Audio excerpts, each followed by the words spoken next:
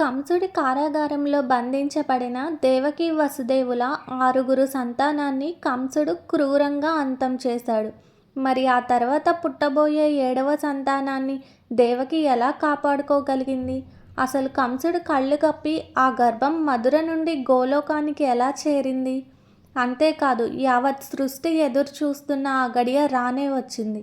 శ్రావణమాసపు car చీకటి రాత్రి ఆ కంసుడి కారాగారంలో సాక్షాత్తు ఆ శ్రీ మహావిష్ణువు ఏ అద్భుత రూపంలో ప్రత్యక్షమయ్యాడు? స్వామి జన్మించగానే అక్కడ జరిగిన ఆ మాయలు ఏంటి? గర్గ సంహిత గోలోక ఖండంలో 7, 8 అధ్యాయాల కథను ఈరోజు మనం పూర్తిగా తెలుసుకోబోతున్నాం. కథలోకి వెళ్లే ముందు ఆ భగవంతుని లీలలను ప్రతి ఒక్కరికి చేరవేయడానికి వెంటనే ఛానల్ని లైక్ చేసి సబ్స్క్రైబ్ చేయండి. ఈ కథలోకి వెళ్లే ముందు అందరికీ నమస్కారం. జై శ్రీకృష్ణ. మధురా నగరంలోని ఆ చీకటి కారాగారంలో కాలం ఎంతో క్రూరంగా గడుస్తుంది. కంసుడి కన్నెర్ర చేసి దయాదాక్షిణ్యాలు లేకుండా దేవకీదేవికి జన్మించిన 6 పసిబిడ్డలను ఒకరి తర్వాత ఒకరిని ఘోరంగా సంహరించాడు. ఆ కన్నతల్లి గర్భశోకానికి కారాగారపు గోడలు కూడా కన్నీరు పెట్టాయి. ఇలాంటి భయానక పరిస్థితుల మధ్య దేవకీదేవి 7వసారి గర్భం దాల్చింది. కానీ ఈసారి ఆమె గర్భంలో ఉన్నది సాధారణ శిశువు కాదు, సాక్షాత్తు ఆ శ్రీ మహావిష్ణువుకు శయ్యగా ఉండే అనంతశేషుడు. ఈ 7వ గర్భాన్ని కంసుడి బారి నుండి రక్షించడానికి విశ్వనాథుడైన ఆ శ్రీ మహావిష్ణువు ఒక అద్భుతమైన ప్రణాళిక వేశాడు. స్వామి తన పరమశక్తి అయిన యోగమాయను పిలిచి ఇలా ఆజ్ఞాపించాడు. ఓ దేవి, నువ్వు వెంటనే మధురలోని కారాగారానికి వెళ్ళు. కంసుడికి తెలియకుండా దేవకీ గర్భంలో ఉన్న ఆ దైవిక పిండాన్ని గోకులంలో నివసిస్తున్న వసుదేవుడి మొదటి భార్య రోహిణీదేవి గర్భంలోకి మార్చు అని చెప్తాడు. ఆ జగన్నాథుడి లీల ప్రకారం యోగమాయ తన దైవిక శక్తితో దేవకీ గర్భాన్ని రోహిణి గర్భంలోకి సురక్షితంగా మార్చేస్తుంది. మరుసటి రోజు ఉదయం దేవకికి గర్భస్రావం అయిందని అందరూ అనుకున్నారు. కంసుడు కూడా ఆ 7వ సంతానం చనిపోయిందని నమ్మి నిశ్చింతగా ఉన్నాడు. కానీ నిజానికి ఆ గర్భం గోకులంలో క్షేమంగా పెరిగింది. ఆ తర్వాత ఆయనే పరమ పరాక్రమవంతుడైన బలరాముడుగా అవతరించాడు. ఇలా భగవంతుని మాయ వల్ల దేవకీదేవి 7వ గర్భం రక్షించబడింది. ఇది గర్గ సంహితలోని 7వ అధ్యాయం కథ.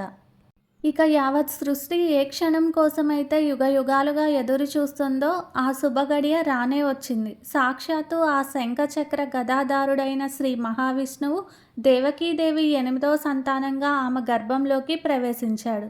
స్వామి గర్భంలో ఉన్నప్పుడే దేవకీ ముఖం కోటి సూర్యుల తేజస్సుతో వెలిగిపోయింది. ఆమె చుట్టూ ఉన్న ఆ దైవిక కాంతిని చూసి కంసుడి గుండెల్లో భయం మొదలైంది. ప్రతి క్షణం చావు తన చుట్టే తిరుగుతున్నట్టు అతడు వణికిపోసాగాడు. అది శ్రావణమాసం కృష్ణపక్షం అష్టమి తిథి రోహిణీ నక్షత్రంతో కూడిన ఆ అర్ధరాత్రి సమయం. ఆ సమయానికి ప్రకృతి అంతా ఒక్కసారిగా పరమ పవిత్రంగా మారిపోయింది. గాల్లో సుగంధ పరిమళాలు వీచాయి. నదులలో నీరు అమృతంలా తేటగా మారింది. ఆకాశంలో దేవతలు దుందుబులు మ్రోగిస్తూ పూలవానను కురిపించారు. సరిగ్గా అర్ధరాత్రి 12 గంటల సమయాన ఆ చీకటి జైలు గదిలో దేవకీ వసుదేవుల కళ్ళ ముందే ఒక ఊహించని అద్భుతం జరిగింది.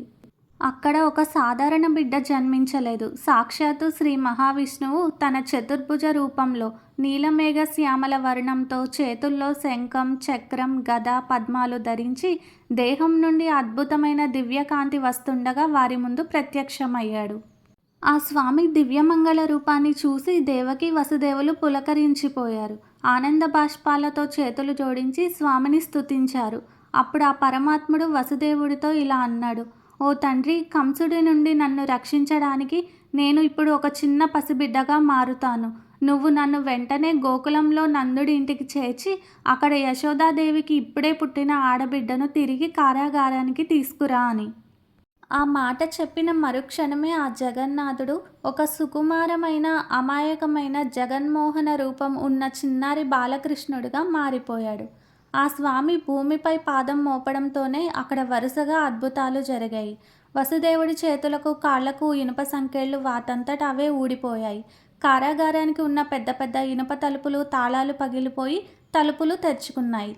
కాపలా కాస్తున్న కంసుడి సైనికులందరూ భగవంతుని మాయ వల్ల గాఢ నిద్రలోకి జారుకున్నారు. భగవంతుడి ఆదేశం ప్రకారం వసుదేవుడు ఆ బాలకృష్ణుడిని ఒక వెదురు బుట్టలో పెట్టుకొని ఆ కారు చీకటి రాత్రి కురుస్తున్న భారీ వర్షంలో గోకులం వైపు అడుగులు వేశాడు. కృష్ణుడు పుట్టడానికి ముందు ఆయన దేవకీదేవి గర్భంలో ఉన్నప్పుడు బ్రహ్మదేవుడు, పరమశివుడు మరియు ఇతర దేవతలందరూ అదృశ్య రూపంలో ఆ కారాగారానికి వచ్చి స్వామివారిని కీర్తిస్తారు. దీన్నే గర్భస్తుతి అంటారు.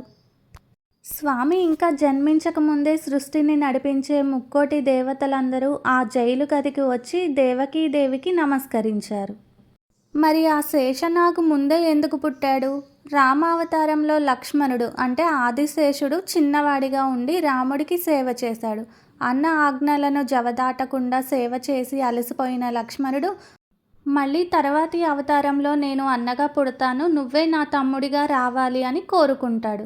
అందుకే ఈ అవతారంలో ఆదిశేషుడు బలరాముడిగా ముందు జన్మించి అన్న అవుతాడు. మహావిష్ణువు శ్రీకృష్ణుడిగా జన్మించి తమ్ముడు అవుతాడు.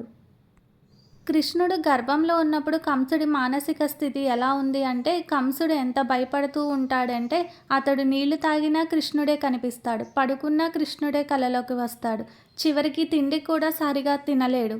భయంతోనే ప్రతి క్షణం అతడు కృష్ణుడిని స్మరిస్తూ ఉంటాడు. దీన్నే పురాణాల్లో వైరభక్తి అంటారు.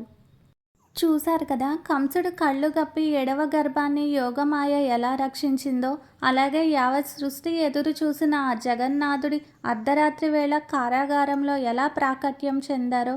గర్భ సంహితలోని ఈ 7-8 అధ్యాయాలు వింటుంటేనే మనస్సు పులకరించిపోతుంది కదా. మరి ఆ కారు చీకటి రాత్రి కురుస్తున్న భారీ వర్షంలో చిన్నారి కృష్ణుణ్ణి బుట్టలో పెట్టుకొని వసుదేవుడు యమునా నదిని ఎలా దాటబోతున్నాడు? గోకులంలో యశోదమ్మ ఇంట్లో ఎలాంటి సంబరాలు జరగబోతున్నాయి అనేది తర్వాతి వీడియోలో తెలుసుకుందాం. ఈ దైవికమైన లీలలు మీకు నచ్చినట్టయితే వీడియోని ఇప్పుడే లైక్ చేసి మీ ఫ్రెండ్స్ అండ్ ఫ్యామిలీ మెంబర్స్కి షేర్ చేయండి. గర్గ సంహితలోని ప్రతి అధ్యాయాన్ని మిస్ కాకుండా చూడాలి అనుకుంటే ఛానల్ని ఇప్పుడే సబ్స్క్రైబ్ చేసుకోండి. వీడియో నచ్చితే కమెంట్ సెక్షన్లో జై శ్రీకృష్ణ అని కమెంట్ చేయండి. మళ్ళీ నెక్స్ట్ వీడియోలో కలుసుకుందాం. అంతవరకు సెలవు. సర్వం శ్రీకృష్ణ అర్పణమస్తు.